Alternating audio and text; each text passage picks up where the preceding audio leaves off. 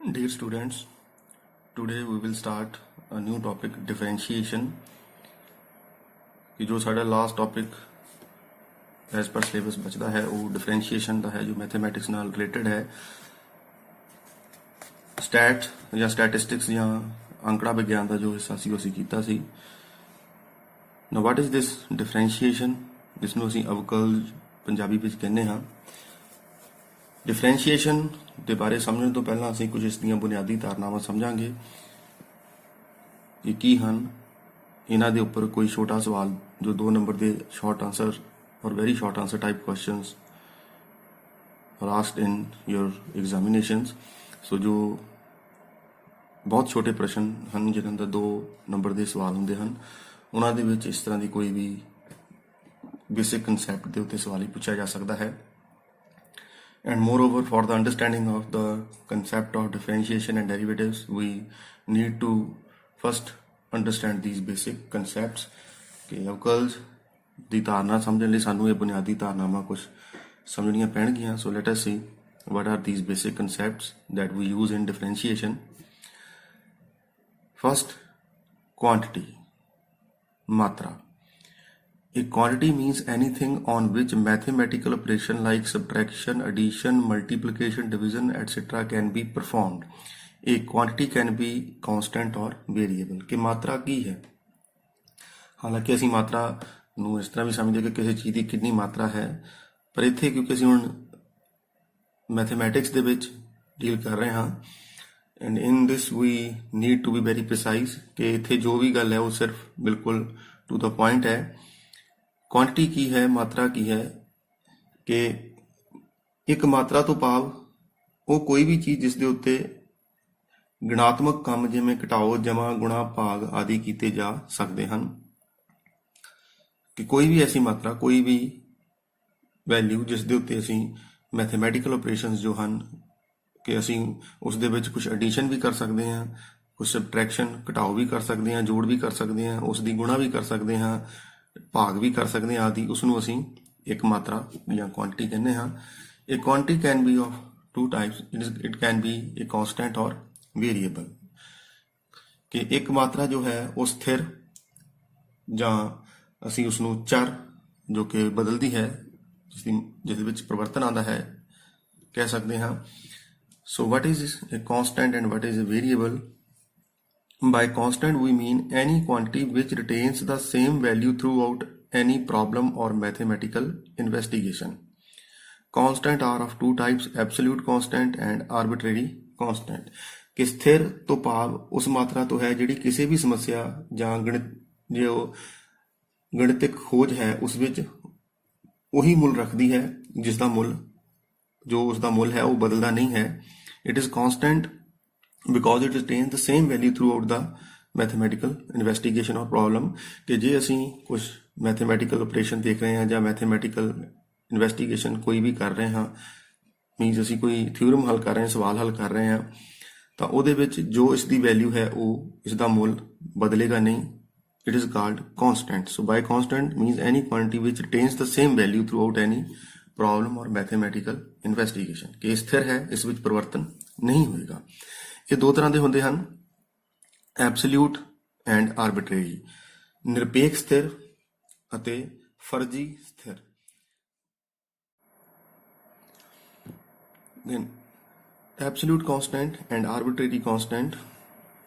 Absolute constant are those constant whose values are permanently fixed ਕਿ ਨਿਰਪੇਖ ਸਥਿਰ ਉਹ ਹਨ ਜੋ ਜਿਨ੍ਹਾਂ ਦੇ ਮੁੱਲ ਪੱਕੇ ਤੌਰ ਤੇ ਸਥਿਰ ਹਨ ਅਰਥਾਤ ਕਿ ਇਸ ਦਾ ਚਾਹੇ ਅਸੀਂ ਕੋਈ ਵੀ ਸਵਾਲ ਕਰੀਏ ਕੋਈ ਵੀ ਮੈਥਮੈਟੀਕਲ ਆਪਰੇਸ਼ਨ ਹੋਵੇ ਇਨਵੈਸਟੀਗੇਸ਼ਨ ਹੋਵੇ ਇਹਨਾਂ ਦਾ ਮੁੱਲ ਜੋ ਹੈ ਉਹ ਸਥਿਰ ਰਹੇਗਾ so the value of these absolute constant remain constant for each and every or for any different type of mathematical investigation so their value will not change so they will remain same their value will remain constant so these are for example these such constants which are called absolute constant like this pi e under root 5 etc so their values remain constant their value will not change so wherever in any formula if we use this symbol pi its value will be constant, ਇਹ change ਨਹੀਂ ਹੋਏਗੀ। ਜੋ ਇਸ ਦੀ value ਹੈ ਜਿਸ ਨੂੰ ਅਸੀਂ 22/7 ਕਹਿੰਦੇ ਹਾਂ ਉਸ ਵਿੱਚ ਕੋਈ ਪਰਿਵਰਤਨ ਨਹੀਂ ਹੋਏਗਾ। ਦੈਨ ਆਰਬਿਟਰੀ ਕਾਂਸਟੈਂਟ ਔਰ ਪੈਰਾਮੀਟਰਸ ਜਿਨ੍ਹਾਂ ਨੂੰ ਅਸੀਂ ਫਰਜ਼ੀ ਸਥਿਰ ਕਹਿੰਦੇ ਹਾਂ ਕਿ ਇਹ ਸਿਰਫ ਸਥਿਰ ਹਨ ਜਿਹਨੂੰ ਕਿਸੇ ਖਾਸ ਐਗਜ਼ਾਮਪਲ ਦੇ ਲਈ ਅਸੀਂ ਜਾਂ ਕਿਸੇ ਖਾਸ ਮੈਥਮੈਟੀਕਲ ਇਨਵੈਸਟੀਗੇਸ਼ਨ ਲਈ ਅਸੀਂ ਇਹਨੂੰ ਸਥਿਰ ਮੰਨ ਲਿਆ ਹੈ, but otherwise they are not constant, their value can change. So these constant are constant only for a particular investigation or problem, ਕਿ ਜੋ ਸਮੱਸਿਆ ਆਪਾਂ ਦੇਖ ਰਹੇ ਹਾਂ ਇਹ ਉਹ ਸਥਿਰ ਹਨ ਜਿਹੜੇ ਕਿਸੇ ਖਾਸ ਸਮੱਸਿਆ ਜਾਂ ਗਣਿਤਿਕ ਖੋਜ ਲਈ ਸਥਿਰ ਮੰਨੇ ਜਾਂਦੇ ਹਨ। ਇਹ ਸਥਿਰ ਇੱਕ ਤੋਂ ਦੂਜੀ ਸਮੱਸਿਆ ਵਿੱਚ ਬਦਲ ਜਾਂਦੇ ਹਨ। ਕਿ ਜੇ ਅਸੀਂ ਇਹਨਾਂ ਨੂੰ ਦੇਖੀਏ ਤਾਂ ਇਹਨਾਂ ਦੀ ਵੈਲਿਊ ਜਿਸ ਤਰ੍ਹਾਂ ਕਿ ਐਬਸੋਲਿਊਟ ਕਾਂਸਟੈਂਟ ਨਹੀਂ ਹੈ, ਸਿਰਫ arbitrary constant, they are constant only for a particular problem. In another problem their value will be different. They are also called parameters. These constants are denoted by letters of English alphabet A, B, C, etc. कि जो small letter ने A, B, C आदि ਵਿੱਚ ਅਸੀਂ ਇਸ ਨੂੰ ਇਸਤੇਮਾਲ ਕਰਦੇ ਹਾਂ। ਫॉर एग्जांपल जिस तरह कि ਅਸੀਂ consumption function ਲਿਖਿਆ ਸੀ, consumption function ਦੇ ਵਿੱਚ ਅਸੀਂ C is equal to A plus B Y ਇਸ ਤਰ੍ਹਾਂ ਯੂਜ਼ ਕੀਤਾ ਸੀ। ਇੱਥੇ ਜੋ ਇਹ constant ਨੇ, for a particular example this value of A and B will remain constant, but for another example, for another problem, this value of A and B will change। कि ਕਿਸੇ ਵੀ ਸਵਾਲ ਵਿੱਚ A ਦੀ ਵੈਲਿਊ 50 ਹੈ ਤੇ B ਦੀ 0.75 ਹੈ, ਤੇ ਦੂਸਰੇ ਕਿਸੇ ਸਵਾਲ ਦੇ ਵਿੱਚ ਜੇ ਆਪਾਂ ਇਹੀ ਲਿਖਿਆ ਹੋਵੇ ਸਿੰਬਲ ਇਹੀ ਹੋਣਗੇ ਬਟ ਇਹਨਾਂ ਦਾ ਮੁੱਲ ਡਿਫਰੈਂਟ ਹੋ ਸਕਦਾ ਹੈ। ਕਿਸੇ ਸਵਾਲ ਵਿੱਚ A 50 ਹੈ, A 0.75 ਹੈ, ਕਿਸੇ ਦੂਸਰੇ ਸਵਾਲ ਦੇ ਵਿੱਚ ਜੋ A ਦੀ ਵੈਲਿਊ 60 ਹੋ ਸਕਦੀ ਹੈ ਤੇ B ਦੀ ਵੈਲਿਊ 0.50 ਹੋ ਸਕਦੀ ਹੈ। ਸੋ ਇਹਨਾਂ ਦਾ ਮੁੱਲ ਜੋ ਹੈ ਬਦਲੇਗਾ ਜਦੋਂ ਆਪਾਂ ਕੋਈ ਨਵੀਂ ਸਮੱਸਿਆ ਜਾਂ ਨਵਾਂ ਸਵਾਲ ਦੇਖਾਂਗੇ। So they are arbitrary constant, not absolute constant. Then after constant, second we have variable. So as we know that quantity can be a constant or a variable. What is a variable? जिसे चर कह रहे हैं। By variables we mean a quantity which can or may take a number of different values in a particular problem. ਕਿ ਚਰ ਉਹ ਹੈ, ਉਹ ਮਾਤਰਾ ਹੈ ਜਿਹੜੀ ਕਿਸੇ ਇੱਕ ਸਮੱਸਿਆ ਵਿੱਚ ਬਹੁਤ ਸਾਰੇ ਮੁੱਲ ਲੈ ਲੈਂਦੀ ਹੈ, ਅਰਥਾਤ ਇਸ ਦਾ ਮੁੱਲ ਇੱਕ ਨਹੀਂ ਹੈ, ਇਸ ਦੇ ਮੁੱਲ ਕਈ ਹੋ ਸਕਦੇ ਹਨ। ਇਸ ਵਿੱਚ ਪਰਿਵਰਤਨ ਹੋਏਗਾ, ਇਸ ਦੇ ਮੁੱਲ ਦੇ ਵਿੱਚ ਪਰਿਵਰਤਨ ਹੋਏਗਾ। The last few alphabets X, Y, Z or U, V, W are generally used to denote variables। ਕਿ ਉਹ ਵੇਰੀਏਬਲ ਜਿਸ ਤਰ੍ਹਾਂ ਕਿ ਆਪਾਂ ਇਹਨਾਂ ਨੂੰ ਦੇਖਦੇ ਹਾਂ ਕਿ ਇਹਨਾਂ ਦੀ ਵੈਲਿਊ ਚੇਂਜ ਹੁੰਦੀ ਹੈ, ਬਦਲਦੀ ਹੈ ਜਦੋਂ ਕਿਸੇ ਇੱਕ ਵੇਰੀਏਬਲ ਦੇ ਵਿੱਚ ਪਰਿਵਰਤਨ ਹੁੰਦਾ ਹੈ, ਇੱਕ ਚਰ ਦੇ ਵਿੱਚ ਪਰਿਵਰਤਨ ਹੁੰਦਾ ਹੈ ਤਾਂ ਉਸ ਦਾ ਅਸਰ ਦੂਸਰੇ ਚਰ ਤੇ ਪੈਂਦਾ ਹੈ। ਸੋ ਵੀ can say they are variable by their definition. ਕਿ ਇਹ ਚਰ ਅਰਥਾਤ ਇਹਨਾਂ ਦੀ ਪਰਿਭਾਸ਼ਾ ਹੀ ਇਹ ਹੈ ਕਿ by variables we mean a quantity which can take a number of different values in a particular problem. ਕਿ ਕਿਸੇ ਇੱਕ ਸਮੱਸਿਆ ਦੇ ਵਿੱਚ ਵੀ ਆਪਾਂ ਦੇਖੀਏ ਤਾਂ ਇਹਨਾਂ ਦੇ ਵੱਖ-ਵੱਖ ਮੁੱਲ ਹੋ ਸਕਦੇ ਹਨ, ਇਹਨਾਂ ਦਾ ਮੁੱਲ ਬਦਲੇਗਾ, ਜਦ ਕਿ ਕਾਂਸਟੈਂਟ ਉਹ ਸਥਿਰ ਰਹਿੰਦੇ ਹਨ, ਉਹਨਾਂ ਦਾ ਮੁੱਲ ਨਹੀਂ ਬਦਲਦਾ। Then we have the types of variables. In a functional relation, variables are of following types। कि जिस तरह कि ਅਸੀਂ ਦੇਖਿਆ ਹੈ कि being student of economics we are familiar with this idea of functions। ਜਿਸ ਤਰ੍ਹਾਂ ਕਿ ਅਸੀਂ demand function ਦੀ ਗੱਲ ਕਰਦੇ ਹਾਂ ਕਿ quantity demanded is function of price. ਕਿ ਜੋ ਮੰਗੀ ਗਈ ਮਾਤਰਾ ਹੈ ਕਿਸੇ ਵਸਤੂ ਦੀ ਉਸ ਦੀ ਕੀਮਤ ਤੇ ਨਿਰਭਰ ਕਰਦੀ ਹੈ। ਅਤੇ ਇਸ ਤਰ੍ਹਾਂ investment is function of rate of interest according to classical theory. So we know something about these functional relations। ਕੀਮਤ ਅਤੇ ਮੰਗੀ ਗਈ ਮਾਤਰਾ ਵਿੱਚ ਕੋਈ ਸੰਬੰਧ ਹੁੰਦਾ ਹੈ, ਵਿਆਜ ਦੀ ਦਰ ਅਤੇ ਨਿਵੇਸ਼ ਵਿੱਚ ਕੋਈ ਸੰਬੰਧ। ਸੋ ਇਹ ਅਸੀਂ ਕੁਝ ਪੜ੍ਹੇ ਹੋਏ ਹਨ ਜਿਨ੍ਹਾਂ ਨੂੰ ਅਸੀਂ ਯੂਜ਼ ਕਰਾਂਗੇ। So we are familiar with this idea of functional relation when two variables are related with each other। Now what can be the type of these two variables? कि एक फंक्शन रिलेशन जिस तरह कि आप demand function ਜਾਂ supply function ਜਾਂ investment function, consumption function ਵਗੈਰਾ ਪੜ੍ਹੇ ਹਨ। Independent variable and dependent variable, ਸੁਤੰਤਰ ਚਰ ਅਤੇ ਨਿਰਭਰ ਚਰ। ਸੁਤੰਤਰ ਚਰ ਉਹ ਚਰ ਜਿਹੜੇ ਫਰਜ਼ੀ ਤੌਰ ਤੇ ਨਿਰਧਾਰਤ ਮੁੱਲ ਲੈ ਸਕਦੇ ਹਨ। The variables which can take an arbitrarily assigned values are termed as independent variable।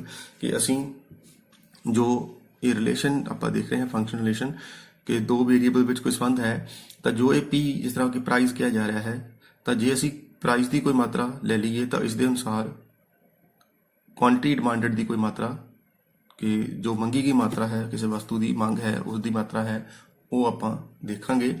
ਸੋ ਇੱਥੇ ਜੋ ਇੰਡੀਪੈਂਡੈਂਟ ਵੇਰੀਏਬਲ ਜਾਂ ਸੁਤੰਤਰ ਚਰ ਹੈ ਉਸ ਦੀ ਕੋਈ ਵੀ ਵੈਲਿਊ ਅਸਾਈਨ ਕੀਤੀ ਜਾ ਸਕਦੀ, ਮੈਥਮੈਟੀਕਲੀ ਕੀਤੀ ਜਾ ਸਕਦੀ ਹੈ, ਬਟ ਇਕਨੋਮਿਕਸ ਵਿੱਚ ਅਸੀਂ ਜਾਣਦੇ ਹਾਂ ਕਿ ਜੇ ਆਪਾਂ ਡਿਮਾਂਡ ਫੰਕਸ਼ਨ ਪੜ੍ਹ ਰਹੇ ਹਾਂ ਤਾਂ ਅਸੀਂ ਪ੍ਰਾਈਸ ਨੂੰ ਪੋਜ਼ਿਟਿਵ ਹੀ ਲੈਂਦੇ ਹਾਂ।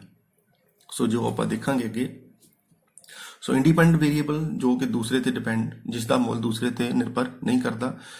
ਡਿਪੈਂਡੈਂਟ ਵੇਰੀਏਬਲ ਜਿਸ ਨੂੰ ਕਿ ਅਸੀਂ ਨਿਰਭਰ ਚਰ ਕਹਿ ਰਹੇ ਹਾਂ, the variables whose values must be determined in order that they may correspond to the assigned value of independent variable are termed as dependent variable। ਕਿ ਜੇ ਅਸੀਂ ਨਿਰਭਰ ਚਰ ਦੀ ਗੱਲ ਕਰਦੇ ਹਾਂ ਤੇ ਇਹ ਚਰ ਉਹ ਚਰ ਜਿਨ੍ਹਾਂ ਦੇ ਮੁੱਲ ਸੁਤੰਤਰ ਚਰਾਂ ਦੁਆਰਾ ਨਿਰਧਾਰਿਤ ਕੀਤੇ ਜਾਣ, ਅਰਥਾਤ ਕਿਸੇ ਵਸਤੂ ਦੀ ਮੰਗੀ ਗਈ ਮਾਤਰਾ ਕਿੰਨੀ ਹੋਏਗੀ ਇਹ ਇਸ ਗੱਲ ਤੇ ਨਿਰਭਰ ਕਰਦੀ ਹੈ ਕਿ ਉਸ ਦੀ ਕੀਮਤ ਕੀ ਹੈ। ਜਿਸ ਤਰ੍ਹਾਂ ਕਿ ਜਾਣਦੇ ਹਾਂ ਕਿ ਜੇ ਕੀਮਤ ਘੱਟ ਹੈ ਤਾਂ ਮੰਗ ਜ਼ਿਆਦਾ ਹੁੰਦੀ ਹੈ, ਜੇ ਕੀਮਤ ਜ਼ਿਆਦਾ ਹੈ ਤਾਂ ਮੰਗ ਘੱਟ ਹੁੰਦੀ ਹੈ। ਸੋ ਇਹ ਜੋ ਅਸੀਂ ਡਿਮਾਂਡ ਫੰਕਸ਼ਨ ਪੜ੍ਹਿਆ ਹੈ ਬੜਾ ਬੁਨਿਆਦੀ ਇੱਕ ਸੰਬੰਧ ਹੈ ਜੋ ਆਪਾਂ ਲਾਅ ਆਫ ਡਿਮਾਂਡ ਮੰਗ ਦੇ ਨਿਯਮ ਪੜ੍ਹਦੇ ਹਾਂ ਕਿ ਕਿਸੇ ਵਸਤੂ ਦੀ ਮਾਤਰਾ ਮੰਗੀ ਗਈ ਮਾਤਰਾ ਕਿੰਨੀ ਹੋਏਗੀ ਇਹ ਇਸ ਗੱਲ ਤੇ ਨਿਰਭਰ ਕਰਦੀ ਹੈ ਕਿ ਉਸ ਦੀ ਕੀਮਤ ਕਿੰਨੀ ਹੈ। ਤਾਂ ਜੇ ਇੱਥੇ ਆਪਾਂ ਦੇਖੀਏ ਤਾਂ ਕੀਮਤ ਇੱਕ ਸੁਤੰਤਰ ਚਰ ਹੈ ਅਤੇ ਵਸਤੂ ਦੀ ਜੋ ਮੰਗੀ ਗਈ ਮਾਤਰਾ ਹੈ ਡਿਮਾਂਡ ਹੈ quantity demanded it is dependent variable. So ਜੋ ਵੇਰੀਏਬਲ ਡਿਪੈਂਡੈਂਟ ਹੈ ਉਹ ਉਸ ਦਾ ਮੁੱਲ ਇੰਡੀਪੈਂਡੈਂਟ ਵੇਰੀਏਬਲ ਤੇ ਨਿਰਭਰ ਕਰਦਾ ਹੈ। So this is how we can differentiate independent and dependent variable. Then we have the concept of functions। फलन कि फलन की है, what is a function? Function is an important mathematical concept which is extensively used in economics and other social and natural sciences। कि जो फलन जो है एक बहुत ही महत्वपूर्ण गणितिक धारणा है जिसनों कि ਅਸੀਂ ਅਰਥਸ਼ਾਸਤਰ ਅਤੇ ਦੂਜੇ ਕਈ ਤਰ੍ਹਾਂ ਦੀਆਂ ਸਮਾਜਿਕ ਅਤੇ ਜੋ ਨੈਚੁਰਲ ਸਾਇੰਸਸ ਕੁਦਰਤੀ ਵਿਗਿਆਨ ਹਨ ਉਹਨਾਂ ਵਿੱਚ ਇਸਤੇਮਾਲ ਕਰਦੇ ਹਾਂ। ਸੋ ਫੰਕਸ਼ਨ ਬਹੁਤ ਜ਼ਿਆਦਾ ਇਸਤੇਮਾਲ ਕੀਤਾ ਜਾਂਦਾ ਹੈ ਇਸ ਧਾਰਨਾ ਨੂੰ, ਚਾਹੇ ਅਸੀਂ ਅਰਥਸ਼ਾਸਤਰ ਦੀ ਗੱਲ ਕਰੀਏ ਜਾਂ ਦੂਸਰੇ ਸਮਾਜਿਕ ਜਾਂ ਅਸੀਂ ਜਿਹੜੇ ਕੁਦਰਤੀ ਵਿਗਿਆਨ ਦੀ ਗੱਲ ਕਰੀਏ ਫਿਜ਼ਿਕਸ ਕੈਮਿਸਟਰੀ ਐਟਸੈਟਰਾ ਜਾਂ ਹੋਰ ਕੋਈ ਇਕਨੋਮਿਕਸ ਜਾਂ ਸੋਸ਼ੀਓਲੋਜੀ ਐਟਸੈਟਰਾ। ਸੋ ਇਹ ਕੀ ਨੇ, ਇਹ ਫੰਕਸ਼ਨ ਕੀ ਹੈ, ਜਿਸ ਤਰ੍ਹਾਂ ਕਿ ਆਪਾਂ demand function, supply function, consumption function, investment function ਆਦਿ ਅਰਥਸ਼ਾਸਤਰ ਵਿੱਚ ਪੜ੍ਹਦੇ ਹਾਂ। ਕਿ ਅਸੀਂ ਦੇਖਿਆ ਸੀ ਕਿ ਜਦੋਂ ਅਸੀਂ ਡਿਮਾਂਡ ਦੀ ਗੱਲ ਕਰਦੇ ਹਾਂ ਤਾਂ ਜੋ ਕੀਮਤ ਵੱਧਦੀ ਘਟਦੀ ਹੈ ਤਾਂ ਇਸ ਦਾ ਮੰਗ 'ਤੇ ਅਸਰ ਪੈਂਦਾ ਹੈ, ਸਾਥ ਇਹਨਾਂ ਵਿੱਚ ਕੋਈ ਸੰਬੰਧ ਹੈ। ਸੋ ਇਹ ਫੰਕਸ਼ਨ ਕੀ ਹੈ, ਫੰਕਸ਼ਨ ਕੀ ਹੁੰਦੇ ਹਨ, ਇਹਨਾਂ ਦੀਆਂ ਕਿੰਨੀਆਂ ਕਿਸਮਾਂ ਨੇ, ਇਹ ਆਪਾਂ ਹੁਣ ਪੜ੍ਹਾਂਗੇ। So concept of function can be discussed in the following two ways. ਇਹ ਦੋ ਤਰ੍ਹਾਂ ਨਾਲ ਆਪਾਂ ਇਹਨੂੰ ਪੜ੍ਹ ਸਕਦੇ ਹਾਂ। Descriptive analysis of function, second set theoretic definition of function. So ਫਲਨ ਦੀ ਵਿਆਖਿਆਤਮਕ ਸਮੀਖਿਆ, ਫਲਨ ਦੀ ਸਮੂਹ ਸਿਧਾਂਤਕ ਪਰਿਭਾਸ਼ਾ। ਸੋ ਸਭ ਤੋਂ ਪਹਿਲਾਂ ਅਸੀਂ ਦੇਖੀਏ ਡਿਸਕ੍ਰਿਪਟਿਵ ਐਨਾਲਿਸਿਸ ਆਫ ਫੰਕਸ਼ਨ, ਫਲਨ ਦੀ ਵਿਆਖਿਆਤਮਕ ਸਮੀਖਿਆ ਕੀ ਹੈ। A function is a technical term used to symbolize a relationship between variables. When variables vary together in a systematic way, we say that they are functionally related। ਕਿ ਫਲਨ ਇੱਕ ਤਕਨੀਕੀ ਸ਼ਬਦ ਹੈ ਜੋ ਕਿ ਚਰਾਂ ਦੀ ਆਪਸੀ ਤਬਦੀਲੀ ਨੂੰ ਚਿੰਨ੍ਹਾਂ ਜਾਂ ਚਿੰਨ੍ਹ ਰੂਪ ਵਿੱਚ ਦਰਸਾਉਣ ਲਈ ਵਰਤੇ ਜਾਂਦੇ ਹਨ। ਜਦੋਂ ਚਰ ਕਿਸੇ ਇੱਕ ਤਰਤੀਬ ਵਿੱਚ ਬਦਲਦੇ ਹਨ ਜਾਂ ਅਸੀਂ ਕਹਿੰਦੇ ਹਾਂ ਕਿ ਉਹ ਫਲਨ ਅਨੁਸਾਰ ਬਦਲਦੇ ਹਨ ਜਾਂ ਸੰਬੰਧਿਤ ਹਨ ਤਾਂ ਇਸ ਨੂੰ ਅਸੀਂ ਕਹਿ ਸਕਦੇ ਹਾਂ ਕਿ ਉਹ ਇੱਕ ਦੂਸਰੇ ਦੇ ਉੱਤੇ ਇੱਕ ਨਿਰਭਰ ਹਨ ਜਾਂ ਇੱਕ ਦੂਸਰੇ ਨਾਲ ਸੰਬੰਧਿਤ ਹਨ। So they are functionally related with each other. So when they vary in a systematic way. ਕਿ ਜਿਸ ਤਰ੍ਹਾਂ ਕਿ ਆਪਾਂ ਇੱਥੇ ਹੁਣ ਦੇਖਣਾ ਹੈ ਕਿ ਵੀ ਮੈਥੇਮੈਟਿਕਸ ਦੀ ਜੋ ਲੈਂਗੁਏਜ ਹੈ ਉਹ ਸਿੰਬਲਸ ਦੀ ਲੈਂਗੁਏਜ ਹੈ, ਚਿੰਨ੍ਹਾਂ ਦੀ ਲੈਂਗੁਏਜ ਹੈ। ਅਸੀਂ ਮੈਥੇਮੈਟਿਕਸ ਜੋ ਵਰਡਸ ਘੱਟ ਯੂਜ਼ ਕਰਦੇ ਹਾਂ, ਉਹ ਸ਼ਬਦਾਂ ਦਾ ਇਸਤੇਮਾਲ ਘੱਟ ਹੈ ਅਤੇ ਚਿੰਨ੍ਹਾਂ ਦਾ ਇਸਤੇਮਾਲ ਜ਼ਿਆਦਾ ਕੀਤਾ ਜਾਂਦਾ ਹੈ। ਜਿਸ ਤਰ੍ਹਾਂ ਕਿ symbolically we can say y is equal to f(x) like this. It is read as y is a function of x. So this variable y is function of x. It means the value of y depends upon value of x and that will be determined according to this function.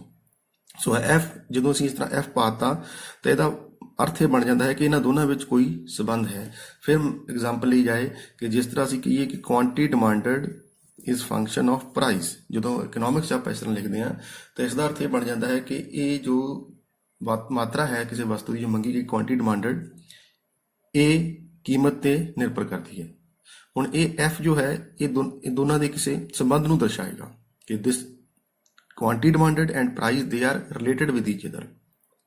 ਉਹ ਸੰਬੰਧ ਕਿੱਦਾਂ ਦਾ ਹੈ ਕਿ ਕੀਮਤ ਵਿੱਚ ਪਰਿਵਰਤਨ ਆਏਗੀ, ਜੇ ਕੀਮਤ ਵਧੇਗੀ ਤਾਂ ਡਿਮਾਂਡ ਵਧੇਗੀ ਜਾਂ ਘਟੇਗੀ, ਕੀ ਹੋਏਗਾ ਉਹ ਅਸੀਂ ਇਸ ਫੰਕਸ਼ਨ ਦੀ ਟਾਈਪ ਦੇ ਅਨੁਸਾਰ ਹੀ ਪੜ੍ਹ ਸਕਦੇ ਹਾਂ। ਸੋ ਮੈਥਮੈਟਿਕਲੀ ਔਰ ਸਿੰਬੋਲਿਕਲੀ ਵੀ ਸੇ y is function of x, y is function of x, it y is equal to fx। so if we put the value of x we will get the value of y। this is independent variable, this is dependent variable। so this is descriptive analysis of function। इसनू ज़्यादा स्पष्ट करने लिए आप पढ़ सकते हैं more precisely when y is a function of x this means that for each value of x y will have a definite unique value depending upon the form of the function, that is the kind of relationship between the two variables. कि जो ਅਸੀਂ ਕਹਿ ਰਹੇ ਹਾਂ कि y जो है वो x ਦਾ ਫਲਨ ਹੈ ਤਾਂ ਇਹਦਾ ਅਰਥ ਇਹ ਹੈ ਕਿ ਜਦੋਂ ਕੋਈ ਵੀ x ਦੀ ਵੈਲਿਊ ਲਈ ਜਾਏਗੀ ਤਾਂ ਉਸ ਦੇ ਅਨੁਸਾਰ y ਦੀ ਇੱਕ ਸਪਸ਼ਟ ਵੈਲਿਊ ਆਏਗੀ, ਕੋਈ ਦੂਸਰੀ ਨਹੀਂ ਹੋਏਗੀ। ਸੋ x ਦੀ ਕਿਸੇ ਇੱਕ ਵੈਲਿਊ ਲਈ y ਦੀ ਕੋਈ ਇੱਕ ਹੋਰ ਵੈਲਿਊ ਦੂਸਰੀ ਕੋ ਵੈਲਿਊ ਬਿਲਕੁਲ ਉਹਦੇ ਕੋਰਸਪੋਂਡਿੰਗ ਉਹਦੇ ਅਕੋਰਡਿੰਗ ਹੋਏਗੀ।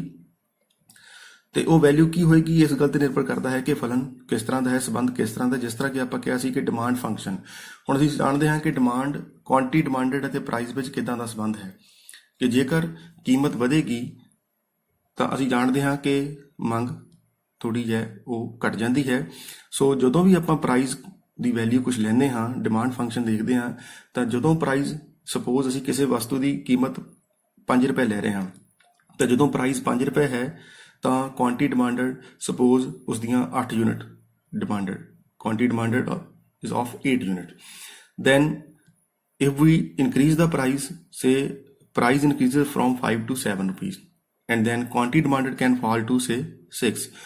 ਸੋ ਇਸ ਤਰ੍ਹਾਂ ਜਦੋਂ ਕੀਮਤ ਵਿੱਚ ਵਾਧਾ ਹੋਏਗਾ ਜਾਂ ਚਲੋ ਕਮੀ ਹੋਏਗੀ ਤਾਂ ਮੰਗ ਦੇ ਵਿੱਚ ਉਸ ਅਨੁਸਾਰ ਪਰਿਵਰਤਨ ਹੋਏਗਾ, ਪਰ ਕਿਸੇ ਖਾਸ ਕੀਮਤ ਦੇ ਉੱਤੇ ਇੱਕ ਖਾਸ ਮਾਤਰਾ ਹੀ ਮੰਗੀ ਜਾਏਗੀ।